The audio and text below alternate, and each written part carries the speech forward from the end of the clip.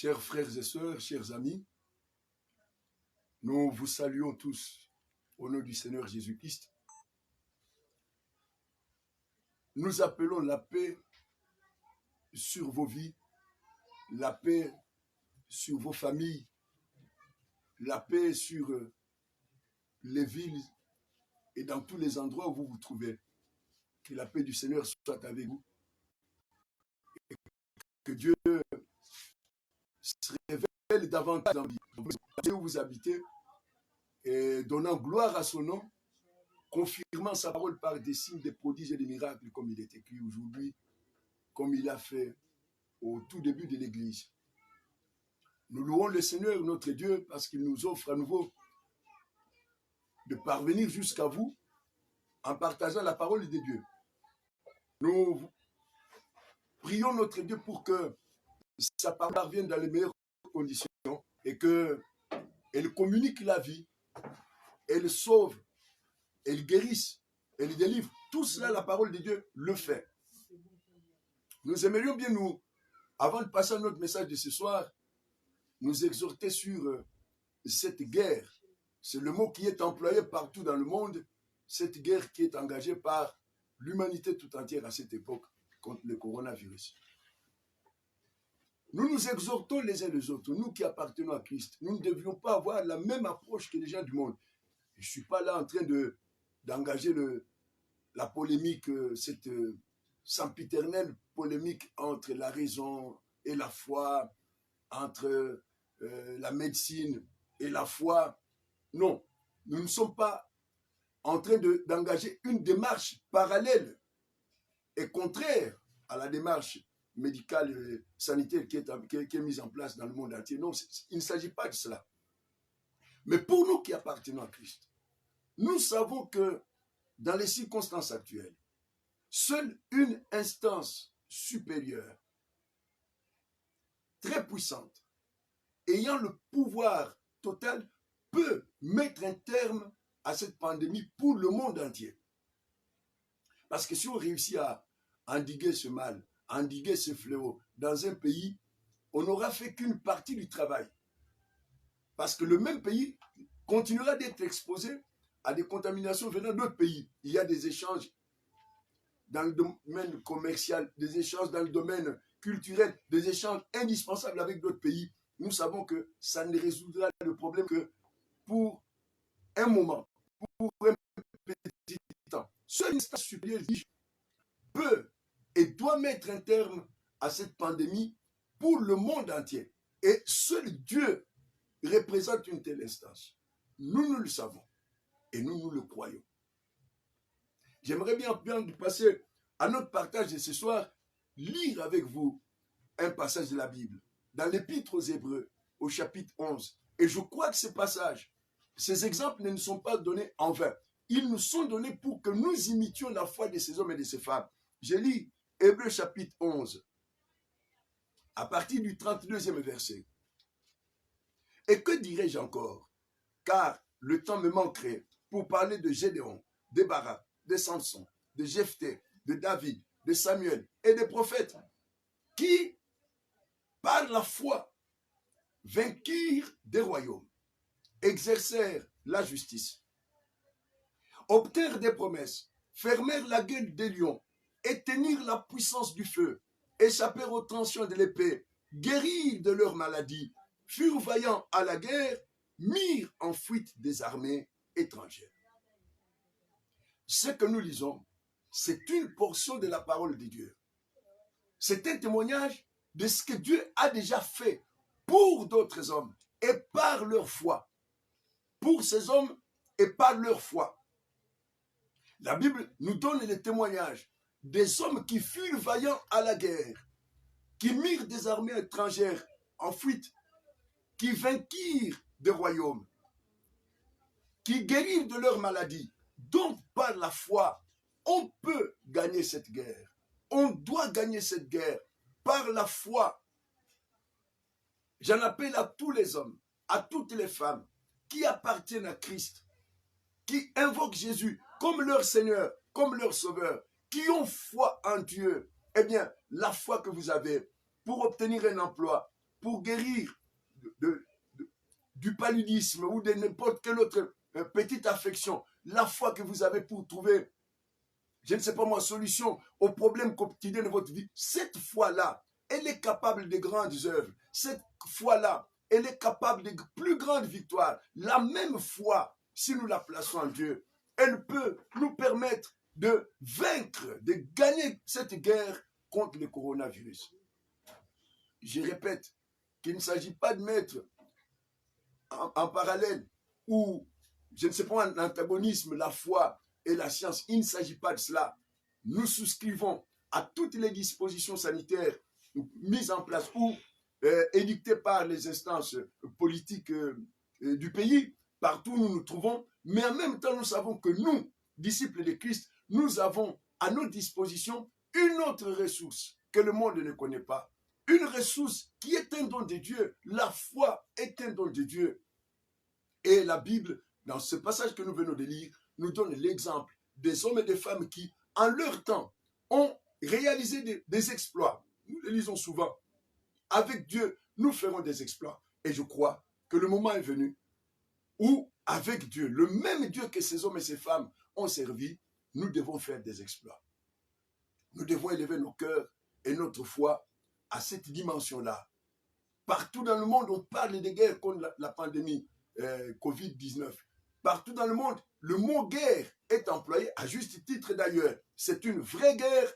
Eh bien, la bonne nouvelle que nous avons dans la Bible est que d'autres hommes et d'autres femmes ont gagné des guerres en ayant foi en Dieu.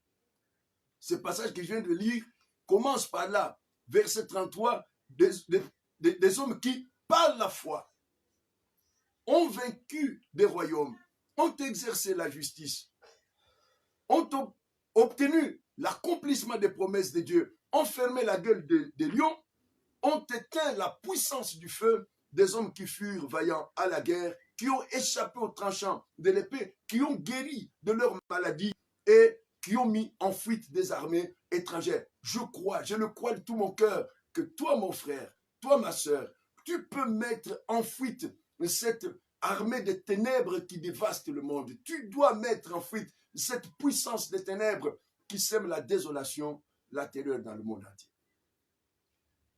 Je ne suis pas encore à notre message du jour, mais je me souviens d'un autre cas où deux aveugles ont supplié le Seigneur Jésus de les guérir. Et là, je vais lire la question de Jésus parce qu'elle est importante. Pour toi, mon frère, pour toi, ma soeur, pour toi, mon cher ami, où que tu te trouves, ils ont demandé à Jésus de les guérir. Et la Bible nous dit ceci, Matthieu chapitre 9, au 28e verset, lorsque Jésus fut arrivé à la maison, les aveugles s'approchèrent de lui et Jésus leur dit, c'est ça la question. Je suis sûr de la question que le Seigneur nous pose. Et il te la pose à toi, il me la pose à moi, il la pose à chaque frère, à chaque soeur, à chaque serviteur, chaque servante du Dieu vivant. Cette question est cruciale. Il faut que chacun de nous donne une réponse positive à Jésus. Jésus leur dit, croyez-vous que je puisse faire cela? Est-ce que tu crois que Jésus peut faire cela aujourd'hui? Est-ce que tu crois que Jésus peut mettre un terme à la vague Covid-19 aujourd'hui, dans ta ville, dans ton pays et partout dans le monde? Je pense que c'est ça la question cruciale. Est-ce que vous croyez que je peux faire cela? C'est la question que Jésus leur pose aux aveugles. Heureusement pour eux, ils répondirent, oui Seigneur, nous le croyons. Je crois que le Seigneur attend que chacun de nous lui dise ça. Oui Seigneur, je te crois capable et seul capable d'arrêter ces vagues de la mort, d'ordonner à cette tempête qui dévaste le monde de cesser. Nous avons tout intérêt à le lui dire, Seigneur, je te crois capable de ça. Je te sais capable de le faire et je crois que tu vas le faire. C'est ça la question cruciale. Est-ce que vous croyez que je peux faire cela? C'est la question du Seigneur Jésus. À toi, à lui, à moi, à nous tous qui lui appartenons. Nous tous qui crions à lui, jour et nuit. J'ai vu des hommes et des femmes crier au Seigneur Jésus de par le monde. J'ai vu des hommes et des femmes le supplier. Nous tous, nous comptons le supplier. Mais la question cruciale qu'il nous pose ce soir, la même qu'il a posée aux deux aveugles. Est-ce que vous croyez que je peux faire cela? Et nous pouvons lui répondre comme ces deux aveugles. Oui, Seigneur, moi, nous te croyons capables de le faire. Alors, il leur toucha les yeux en disant, qu'il vous soit fait selon votre foi. Je suis sûr que si nous répondons comme les deux aveugles à Jésus, que nous le croyons capable de faire ce que nous lui demandons, nous le croyons lui seul capable d'ordonner, d'abréger cette souffrance, d'abréger cette torture, d'abréger cette désolation, d'abréger ce malheur qui s'abat sur nos villes, sur nos villages, sur nos pays, sur le monde entier, si nous lui répondons comme lui ont répondu les deux aveugles, je suis sûr que nous l'entendrons nous dire ce soir, qu'il vous soit fait selon votre foi. Et ils ont été guéris, ils ont pu voir. Je crois que le calme va revenir dans le monde. Que Dieu soit loué. Nous allons revenir à notre message. Au message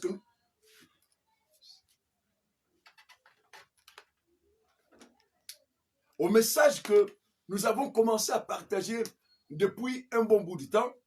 Ne faites pas trop attention aux aléas techniques. Nous continuons à partager notre message. Nous allons relire Hébreux chapitre 11.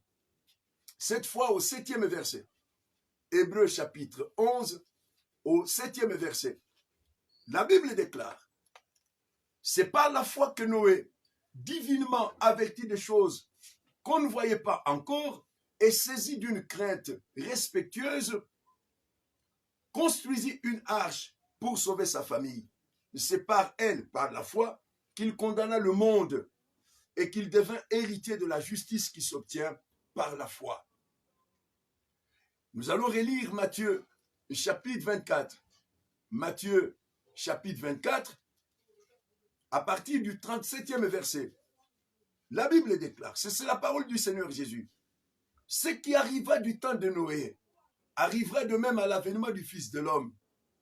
Car dans les jours qui précédèrent le déluge, les hommes mangeaient et buvaient, se mariaient et mariaient leurs enfants, jusqu'au jour où Noé entra dans l'arche. Et ils ne se doutèrent de rien jusqu'à ce que le déluge vint et les emporta tous. Il en sera de même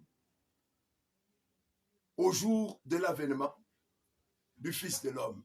Il en sera de même à l'avènement du Fils de l'homme. Nous avons commencé à partager ce message.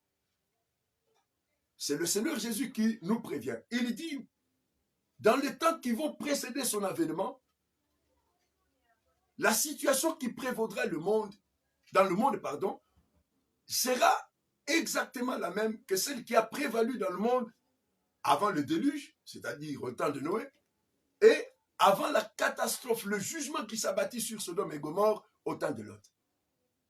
C'est tellement important.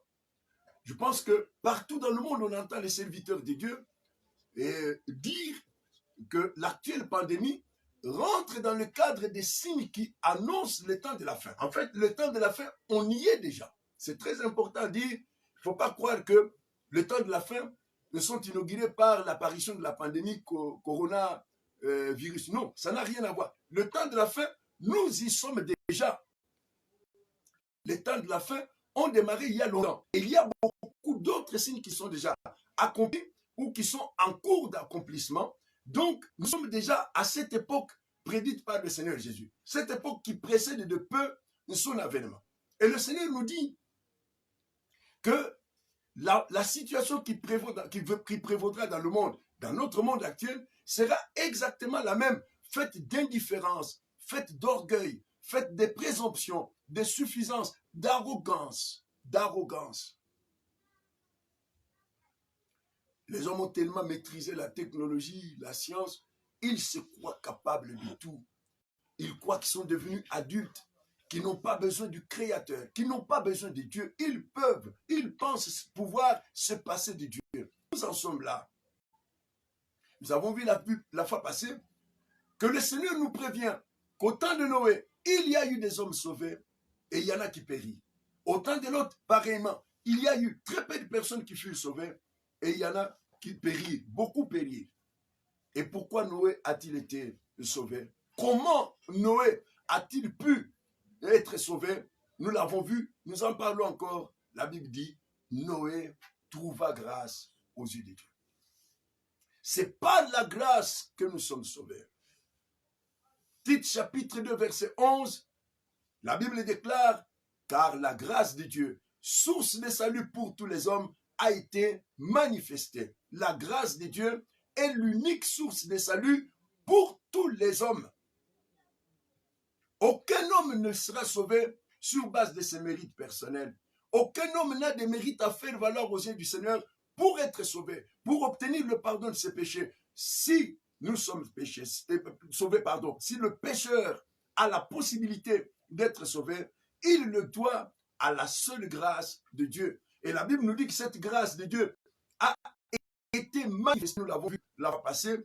Comment la grâce a été manifestée? D'abord par le fait que Dieu lui-même nous a révélé le fond de son cœur, le secret de son cœur. Le salut de l'homme, c'est l'initiative souveraine de Dieu.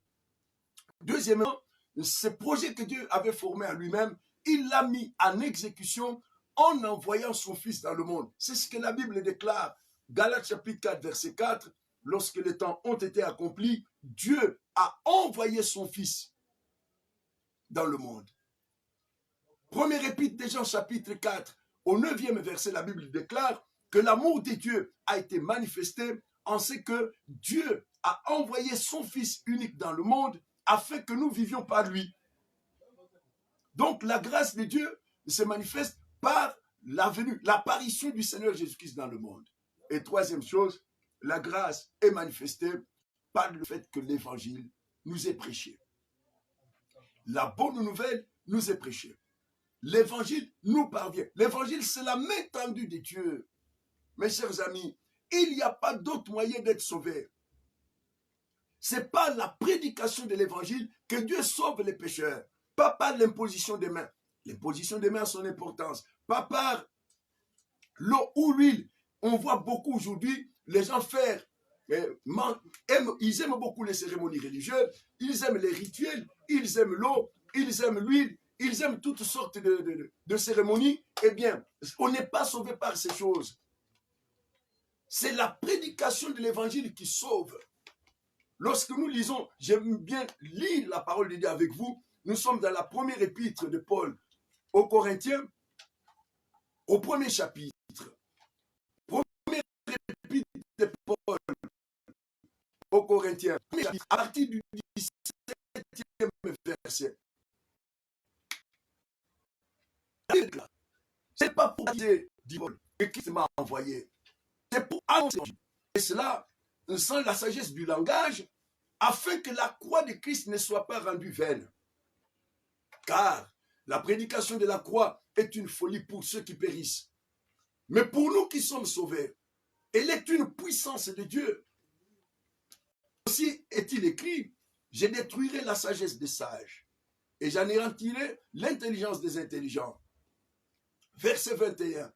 Car puisque le monde, avec sa sagesse, avec son orgueil, sa prétention, son arrogance et sa présomption, puisque le monde, avec sa sagesse, n'a point connu Dieu dans la sagesse de Dieu, il a plu à Dieu de sauver le croyant par la folie de la prédication.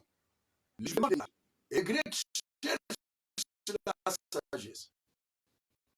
Nous prêchons Christ crucifié, scandale pour les Juifs, mais puissance des messagers pour ceux qui est grec. Mes chers amis, Noé a été vivement averti. C'est ce que la Bible nous dit. Par la grâce de Dieu, Dieu l'a averti, la Bible précise, des choses qu'on ne voyait pas encore. C'est ce que la prédication de la croix fait aujourd'hui. L'évangile nous annonce des choses que l'œil ne peut pas encore voir aujourd'hui. C'est ce que la Bible enseigne. Première épître de Paul aux Corinthiens, chapitre 2, 9e verset, la Bible déclare que ce sont des choses que l'œil n'a point vues, que l'oreille n'a point entendues, qui ne sont pas montées au cœur de l'homme, mais des choses que Dieu a préparées pour ceux qui l'aiment. Donc la grâce nous est manifestée par la prédication de l'évangile. Noé a été sauvé parce qu'il a été divinement averti. Dieu lui-même l'a averti de ce qui allait se passer. Quand nous l'avons lu en Genèse chapitre 6, c'est le Seigneur qui dit à Noé, je vais exterminer le monde. Toi, fais-toi une arche. Donc, Noé a été sauvé par la grâce. Parce que Dieu l'a averti. Et c'est Dieu qui va lui indiquer le moyen de son salut.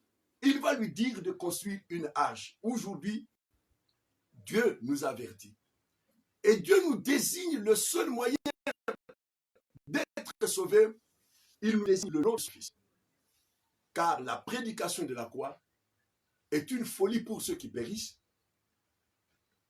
Mais pour nous qui sommes sauvés, c'est ça la puissance de Dieu. Nous l'avons lu au chapitre 1er, verset 21, puisque le monde, avec sa sagesse, n'a pas pu connaître Dieu dans la sagesse de Dieu, il a plu à Dieu. Dieu a trouvé bon de sauver les croyants par la folie de la prédication. Dieu a trouvé bon de sauver les croyants par la folie de la prédication. Je vous en supplie, frères et sœurs, il n'y a pas moyen d'être sauvé que d'entendre la prédication de l'évangile. D'entendre la prédication de l'évangile. Noé a été sauvé par la grâce, par le moyen de la foi. C'est le principe.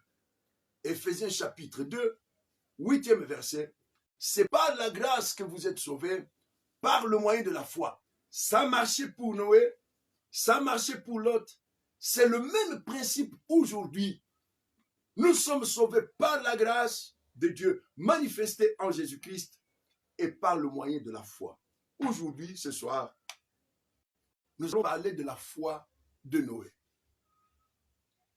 Comment Noé a-t-il manifesté sa foi devant le Seigneur?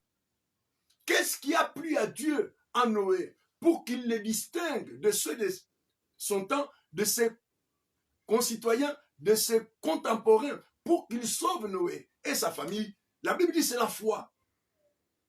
Je relis Hébreux chapitre 11, 7e verset. C'est par la foi que Noé, divinement averti de choses qu'on ne voyait pas encore, et saisi d'une crainte respectueuse, construisit l'arche. Nous allons parler ce soir de la foi de Noé.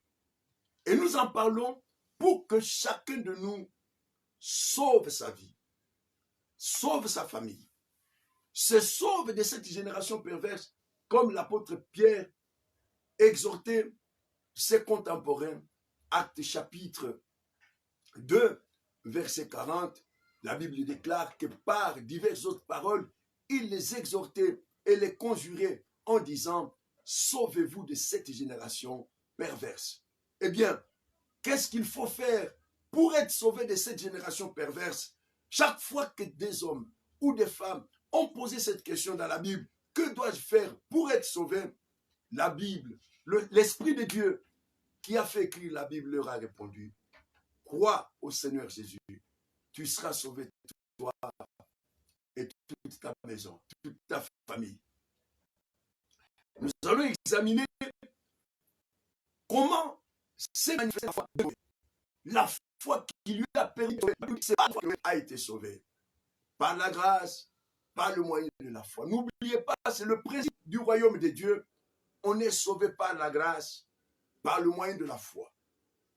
Alors, comment Noé a-t-il manifesté sa voix face au Seigneur pour qu'il soit sauvé? Eh bien, la première chose importante, la Bible nous dit que lorsqu'il a été divinement averti des choses qu'on ne pouvait pas encore voir, Noé a été saisi d'une crainte respectueuse. Noé a pris Dieu au mot. Noé a cru Dieu sur parole. Noé a eu du respect pour la parole de Dieu. Ça, c'est le premier signe de la foi de Noé. La crainte et le respect. C'est ça qui manque à beaucoup de personnes. La crainte et le respect pour la parole de Dieu. Nous allons lire notre Bible. Nous sommes dans la première épître de Paul aux Thessaloniciens. Première épître de Paul aux Thessaloniciens. Au deuxième chapitre. Première épître de Paul aux Thessaloniciens, deuxième chapitre. Nous lisons le 13e verset. L'apôtre écrit ceci. C'est pourquoi nous devons continuellement rendre grâce à Dieu de ce que, en recevant la parole de Dieu que nous vous avons fait entendre, vous l'avez reçue non comme la parole des hommes, mais ainsi qu'elle est véritablement, comme la parole de Dieu qui agit en vous qui croyez. Je répète ce passage, il est extrêmement important. Nous devons continuellement rendre grâce à Dieu de ce que, en recevant la parole de Dieu que nous vous avons fait entendre, vous l'avez reçue non comme une parole d'homme, mais ainsi qu'elle est véritablement, comme la parole de Dieu qui agit en vous. Le témoignage que Paul rend aux Thessaloniciens est qu'ils ont considéré la parole de Dieu non pas comme une parole d'homme. Ils l'ont considérée telle qu'elle est véritablement. C'est-à-dire, ils l'ont considérée comme la parole même de Dieu. C'est ça le grand problème que beaucoup d'entre nous ont avec la parole du Seigneur. Ils ne la considèrent pas comme la parole de Dieu. Ils la considèrent comme la parole du pasteur qui leur a prêché. Ils la considèrent comme la parole de l'apôtre qu'ils ont vu devant eux. Ils la considèrent comme la parole du prophète. En fait, ils regardent le prédicateur, l'instrument par lequel le Seigneur leur a fait parvenir la parole, et ils minimisent la parole à cause du prédicateur. Ils trouvent toutes sortes de prétextes pour mépriser la parole de Dieu, pour minimiser la parole de Dieu. Si Noé a été sauvé, c'est parce qu'il a été saisi d'une crainte respectueuse. Il a eu du respect pour la parole de Dieu. Il a pris Dieu au mot. Il a pris Dieu au sérieux. Il a considéré que la parole qu'il avait entendue n'était pas une parole d'homme avec laquelle il pouvait discuter, avec laquelle il pouvait contester, mais il a considéré que la parole qu'il venait d'entendre, la révélation qu'il avait reçue, était la révélation de Dieu lui-même. C'était la parole de Dieu lui-même. C'est pourquoi il a été saisi d'une crainte respectueuse. La foi commence là. Je répète que la foi commence là, par le respect que nous témoignons à la parole du Seigneur. Je ne vais pas anticiper, parce que nous aurons à en parler lorsque nous considérerons l'exemple de la femme de Lot. Mais la Bible nous dit que lorsque Lot reçoit les anges, et là, les anges l'avertissent qu'ils allaient châtier Sodome et Gomorrhe. Ils lui disent d'alerter tous ceux qui sont à lui, c'est-à-dire tous ceux qui lui sont chers. La Bible dit que lorsque Lot en parle à ses gendres, à leurs yeux, il a l'impression d'être un homme qui plaisantait. Ils ont cru que Lot plaisantait. Et il y a beaucoup de personnes aujourd'hui qui vont se priver de la grâce de Dieu, qui vont se priver le salut de Dieu simplement parce qu'ils ne prennent pas la parole de Dieu au sérieux.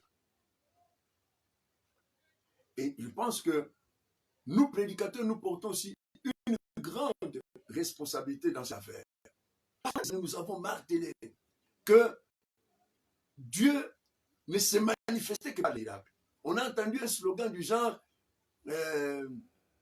Jésus est Seigneur, la preuve est dans les miracles. C'est nous qui avons énoncé ce slogan-là. C'est nous qui l'avons marqué par les années. Et nous avons donné aux hommes et aux femmes du monde l'impression que tant que Dieu ne faisait pas de miracles, tant que Dieu ne guérissait pas les malades, tant que les paralytiques ne marchaient pas, Dieu n'agissait pas. Je répète, c'est nous, prédicateurs, qui avons commis cette faute énorme avec ces slogans fantaisistes, en prétendant que Jésus est Seigneur, que la preuve était dans les miracles. Nous avons donné l'impression aux gens qui nous entouraient, qui nous écoutaient, que tant qu'il n'y avait pas miracle, tant qu'il n'y avait pas guérison, tant que les aveugles n'avaient pas vu et que les morts n'étaient pas ressuscités, Dieu n'agissait pas. Et naturellement, ceux qui nous ont entendus prêcher la parole, eh bien, ils ont attendu les miracles. Tant qu'il n'y avait pas de miracle, ils n'ont pas cru que Dieu parlait. Et pourtant, dans la Bible, il est dit que Jésus-Christ est Seigneur. La preuve est dans les Écritures, non pas dans les miracles, mais dans les Écritures. Mes frères et sœurs, mes chers amis, Noé a manifesté sa foi d'abord par le respect qu'il a eu pour la parole de Dieu. Le respect qu'il a manifesté pour la révélation que Dieu lui avait accordée. De même, la vraie foi commence par le respect qu'on a pour la parole du Seigneur. Dans ce passage que nous venons de lire, dans la première épître aux Thessaloniciens, au chapitre 2, verset 13, je le rappelle, l'apôtre Paul dit, nous devons rendre continuellement grâce à Dieu. Pourquoi? Mais parce que en recevant la parole de Dieu que nous vous avons fait entendre, vous l'avez reçue, non pas comme une parole d'homme, c'est-à-dire vous lui avez accordé de l'intérêt, de l'attention, du respect, non pas comme une parole d'homme, mais vous l'avez considérée telle qu'elle est véritablement, vous l'avez considérée comme la parole de Dieu, et c'est pourquoi vous y croyez. La parole de Dieu agit dans les hommes et les femmes qui la prennent au sérieux. Dieu sauve par la parole. Il a créé par la parole. Et il sauve par la parole. Par la prédication de l'évangile. Dieu guérit les malades. Il fait voir les aveugles. Marcher les boiteux. Entendre les sourds. Il ressuscite les morts.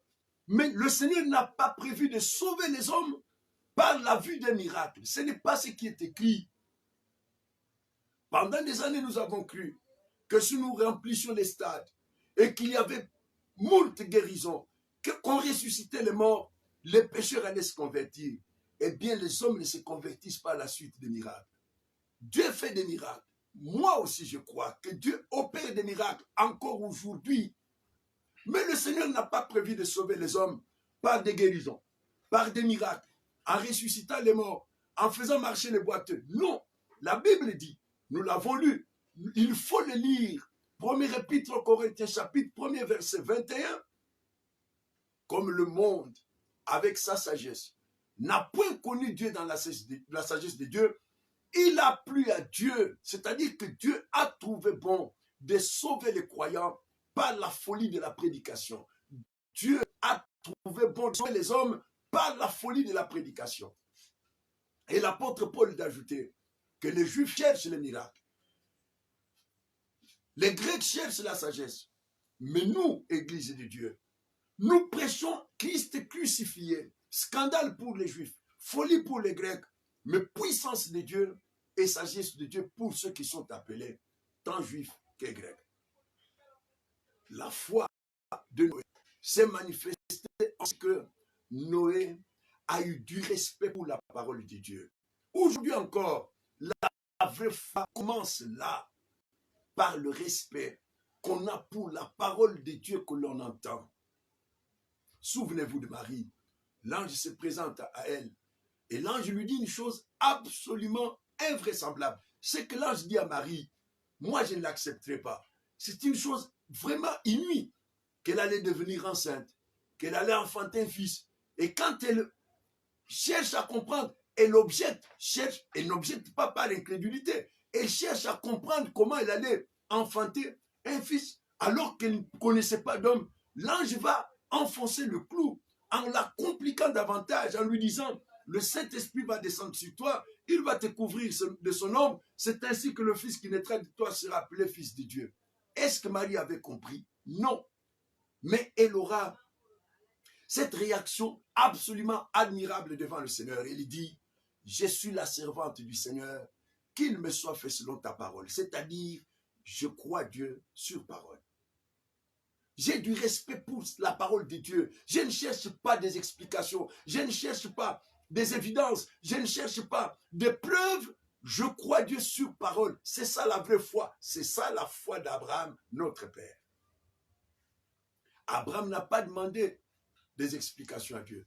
Abraham n'a pas demandé des preuves. Mes frères et sœurs, je répète que c'est nous qui avons induit des multitudes d'hommes et de femmes en erreur, en proclamant ce slogan qui n'a rien de biblique, qui n'est pas conforme aux Écritures, en disant au monde que Jésus-Christ est Seigneur et que la preuve se trouvait dans les miracles. Nous avons induit le monde en erreur. Nous avons commis une faute fatale. Parce que Dieu sauve par la prédication. Et la vraie foi, celle que Dieu cherche, celle que Dieu agrée et celle que Dieu honore, c'est la foi qui se manifeste d'abord par le respect qu'on a pour la parole de Dieu. Je rappelle, c'est ça la foi d'Abraham, notre Père.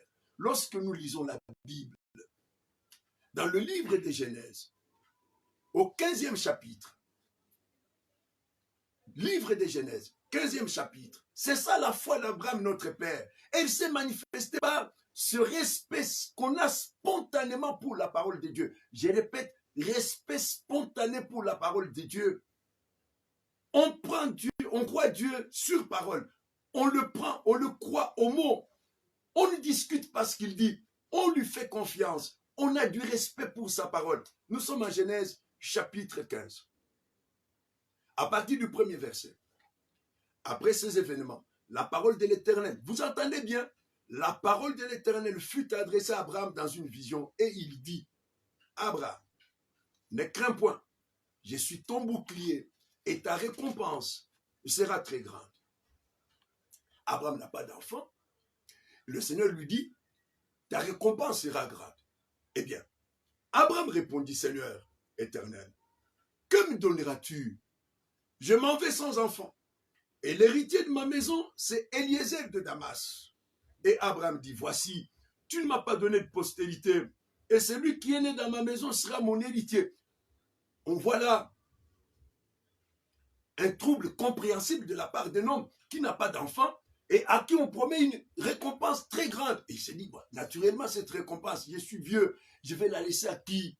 Je ne vais quand même pas la laisser à un serviteur acheté, à un esclave.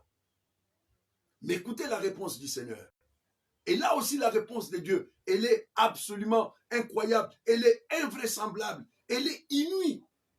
Alors la parole, toujours la parole de l'Éternel lui fut adressée ainsi. Ce n'est pas lui qui sera ton héritier, mais c'est celui qui sortira de tes entrailles qui sera ton héritier. Et après l'avoir conduit dehors, il dit, regarde vers le ciel et compte les étoiles si tu peux les compter. Et il lui dit, telle sera ta postérité. Mes chers amis, c'est ça la vraie foi.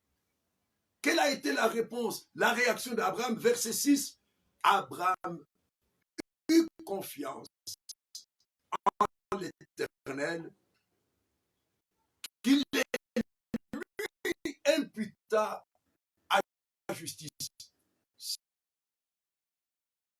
La parole de l'Éternel fut adressée à Abraham. Qu'est-ce que Dieu a aimé chez Abraham? Ce n'est pas la qualité ou le contenu de sa prière. La prière est une bonne chose. Ce n'est pas la belle voix qu'il manifestait en chantant des cantiques au Seigneur. Sans doute, Abraham célébrait-il le Seigneur par des cantiques, mais ce n'est pas mentionné. Ce que Dieu a aimé chez Abraham, ce que Dieu a honoré chez Abraham, c'est la foi. Et comment s'est-elle manifestée cette foi d'Abraham? D'abord par le respect spontané qu'il a eu pour la parole de Dieu. Dieu lui annonce quelque chose d'absolument incroyable. Un homme qui n'a pas d'enfant, dont la femme est réputée stérile et dont l'âge est suffisamment avancé, eh bien, Dieu lui promet une postérité semblable aux étoiles du ciel. Est-ce qu'Abraham a demandé une preuve? Est-ce qu'Abraham a exigé une vérification? A-t-il demandé au Seigneur un témoignage, quelque chose qui prouve que ce qu'il lui disait était vrai. Non, la Bible dit, Abraham crut à Dieu et Dieu le lui imputa à justice. C'est ainsi que s'est manifestée la foi de Noé. Il a eu du respect pour la parole de Dieu. La vraie foi, partout où elle se manifeste, elle commence d'abord par ce respect spontané qu'on a pour la parole de Dieu. Là où il y a respect pour la parole de Dieu, là où on croit Dieu sur parole, là où on n'exige pas de vérification, des preuves à Dieu, eh bien il y a la vraie foi. Et une telle foi, Dieu l'honore toujours. Dieu l'honore toujours. La Bible nous dit que lorsqu'il a été divinement averti de choses que l'œil ne pouvait pas encore voir, Noé a été d'abord saisi d'une crainte pieuse. Il a eu du respect pour la parole de Dieu. Et la deuxième chose importante, on trouve chez Noé, c'est que ce qu'il a cru l'a conduit à l'action. J'aimerais bien que vous compreniez ça, que chacun de nous comprenne cela. La vraie foi agit. La vraie foi se manifeste par l'obéissance. Quand le Seigneur l'avertit des choses que l'œil ne pouvait pas encore voir, nous l'avons dit, nous venons de le dire, Noé manifeste sa foi par un respect spontané pour la parole de Dieu. Et deuxièmement, il obéit à l'ordre qu'il reçoit de Dieu. Il se met à construire une arche. Là aussi, c'est une folie. Construire une arche. Quelqu'un aurait très bien pu le demander, mais dis donc, on n'est pas à côté d'un fleuve, pas à côté d'un lac. En fait, tu construis ces trucs bizarres. Tu vas en faire quoi? Il ne s'est pas occupé de ce qu'on pensait de lui à côté. Il ne s'est pas occupé du camp du raton. Il s'est mis à construire l'arche sur ordre du Seigneur. Parce que le Seigneur lui avait dit, je vais exterminer le monde, toi, construis-toi une arche. Eh bien, il n'a pas hésité un seul instant. La vraie foi. L'un de ces éléments constitutifs les plus importants, l'un des ingrédients fondamentaux de la foi, je peux même dire le principal, c'est l'obéissance. Là où il n'y a pas d'obéissance, il n'y a pas de foi. La vraie foi obéit à Dieu. C'est ainsi que s'est manifestée la foi d'Abraham, notre Père. Lorsque nous lisons en Hébreu chapitre 11, Hébreu chapitre 11, à partir du 8e verset, la Bible nous dit, c'est par la foi qu'Abraham, lors de sa vocation, obéit et parti pour le lieu qu'il devait recevoir un héritage, et la Bible est d'ajouter, il partit sans savoir où il allait. Abraham obéit. La vraie foi obéit à Dieu. La vraie foi est agissante. La vraie foi pose des actes. La foi est dynamique. La foi conduit l'homme à agir, à obéir à Dieu. Là où il n'y a pas d'obéissance, il n'y a pas de foi. Regardez cette scène. On apporte un paralytique au Seigneur Jésus.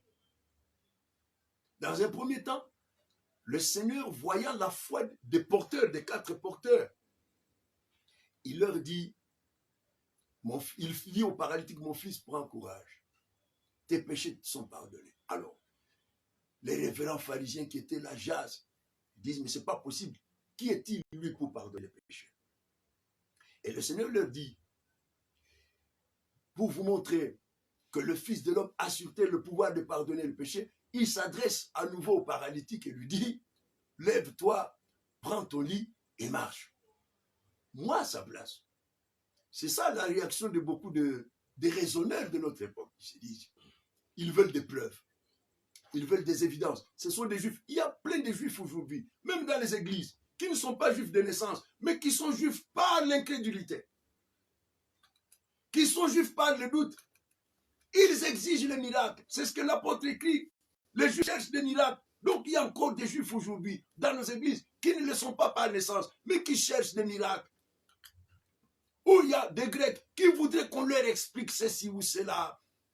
Ce que ça signifie en grec ancien, ce que ça signifie en hébreu, qu'on leur explique la syntaxe, l'étymologie. Eh bien, ce paralytique, Jésus lui dit, lève-toi, prends ton lit et marche. Eh bien, cet homme ne s'est pas posé de questions. Il n'avait jamais marché de sa vie. Il a obéi à l'ordre de Jésus. Il a obéi. C'est ça la vraie foi. C'est cette foi-là qui a sauvé Noé. C'est la même foi qui sauve les pécheurs aujourd'hui. La foi qui prend Dieu au sérieux, respecte sa parole et se met en ordre de marche. Elle obéit. La Bible nous dit que lorsqu'Abraham a été appelé par Dieu, il a obéi. C'est le premier verbe qu'il a conjugué. En tout cas, d'après la Bible, d'après l'Écriture. C'est par la foi qu'Abraham, lors de sa vocation, obéit et partit. Et la Bible le précisait, il partit sans savoir où il allait. Mais comment pouvait-il partir sans savoir où il allait? Mais c'est parce qu'il avait foi en Dieu. Il avait confiance en Dieu.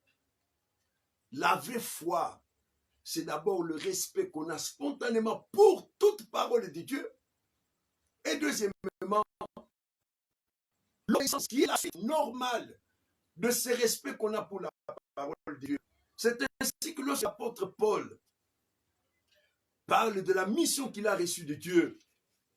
En Romains, chapitre 1er, Romains, premier chapitre, nous lisons à partir du premier verset.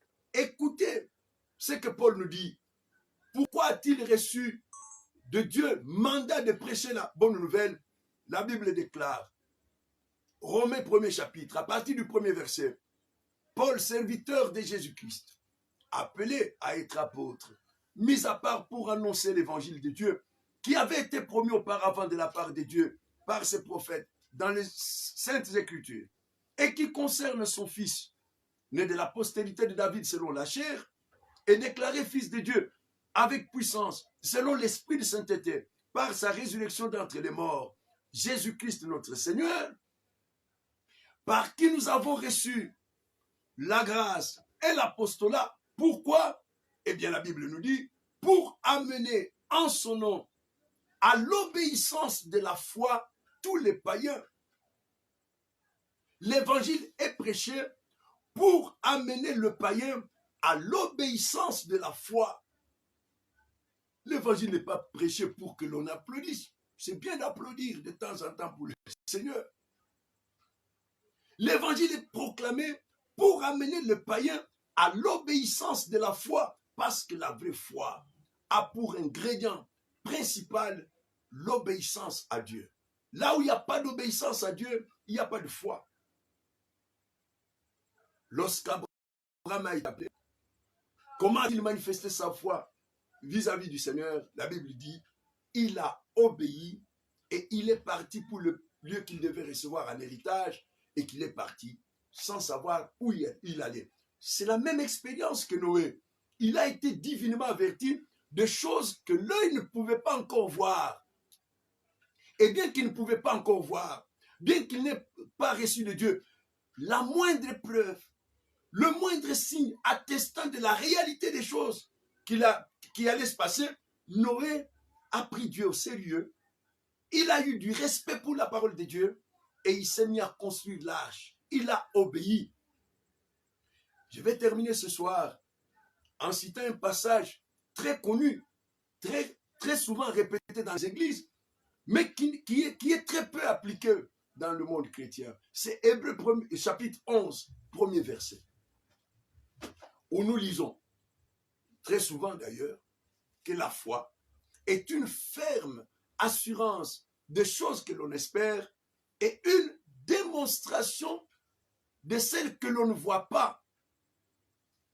La foi, c'est ce respect qu'on a pour la parole de Dieu. Les choses qu'on espère, on les espère parce qu'elles sont promises par Dieu. Elles nous sont communiquées par la prédication de l'Évangile. Eh bien, nous avons une ferme assurance en ces choses que nous espérons parce qu'elles font l'objet de la promesse de Dieu et que nous savons que celui qui a fait la promesse est fidèle. Et la deuxième partie de ce verset nous dit que la foi, c'est la démonstration des choses qu'on ne voit pas. C'est-à-dire que le respect que j'ai pour la parole de Dieu induit chez moi un comportement conforme à la promesse que j'ai reçue de Dieu. je démontre par ma conduite que je crois en la réalité des choses que Dieu m'a promises. C'est ça la vraie foi. Ferme assurance des choses que l'on espère. Et j'ai la ferme assurance parce que c'est lui qui m'a fait la promesse est fidèle. Et deuxièmement, cette conviction en la réalité des promesses que j'ai devient la chose qui détermine et motive ma conduite. Je dis bien, la foi détermine et motive ma conduite.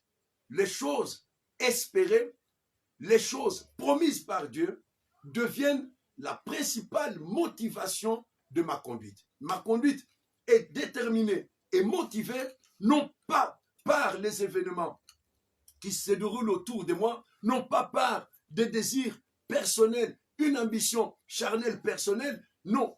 Ma foi, ma conduite, mon obéissance sont déterminées et motivées par la promesse que Dieu m'a faite. C'est pourquoi dans ce passage, il est dit que la foi est d'abord une ferme assurance des choses que l'on espère.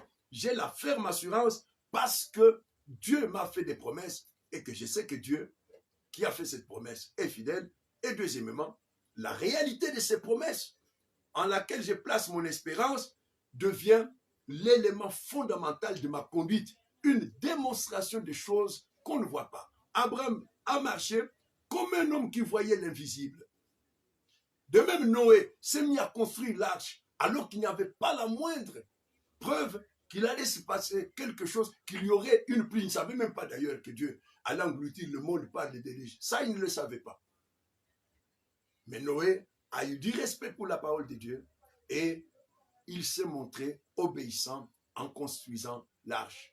Eh bien, si nous voulons être sauvés, comme Noé, nous devons suivre son exemple, c'est-à-dire avoir un respect spontané et total pour la parole de Dieu, la considérer non pas comme une parole d'homme, mais ainsi qu'elle l'est véritablement, comme la parole de Dieu, et deuxièmement, laisser cette parole gouverner notre vie. Sans cela, il n'y a pas de foi. La vraie foi, c'est être gouverné par la parole de Dieu. La foi est d'abord une ferme assurance des choses que l'on espère, on les espère parce qu'elles sont promises par Dieu. Et la foi est une démonstration des choses qu'on ne voit pas. C'est-à-dire que ma conduite est désormais déterminée et motivée par ces choses que Dieu nous a promises, même si je ne les vois pas. C'est ainsi que l'apôtre Paul, écrivant aux Corinthiens, dira que nous ne perdons jamais courage. Lors même que notre homme extérieur est détruit, notre homme intérieur se renouvelle de jour en jour. Pourquoi? Car les afflictions du moment présent produisent pour nous, au-delà de toute mesure, un poids éternel de gloire. Car nous regardons non pas aux choses visibles, mais à celles qui sont invisibles, car les choses visibles sont passagères et les invisibles sont éternelles. Deuxième épître aux Corinthiens, chapitre 4, à partir du 15e verset. Deuxième épître aux Corinthiens, chapitre 4, à partir du 15e verset. Donc, le croyant, le véritable disciple de Jésus, est cet homme qui a un respect spontané, total et permanent pour toute parole qui sort de la bouche du Seigneur et dont la conduite est gouvernée par la parole de Dieu, dont la conduite est déterminée et motivée par ces choses invisibles qui pour nous sont réelles parce que Dieu qui nous les a promises n'est pas un homme pour mentir, ni un fils d'homme pour se repentir. Que Dieu vous bénisse abondamment. Que sa grâce surabonde sur vos vies et sur vos maisons. Et que sa grâce vous préserve de tout danger, de tout mal et de tout fléau au nom du Seigneur Jésus. Amen.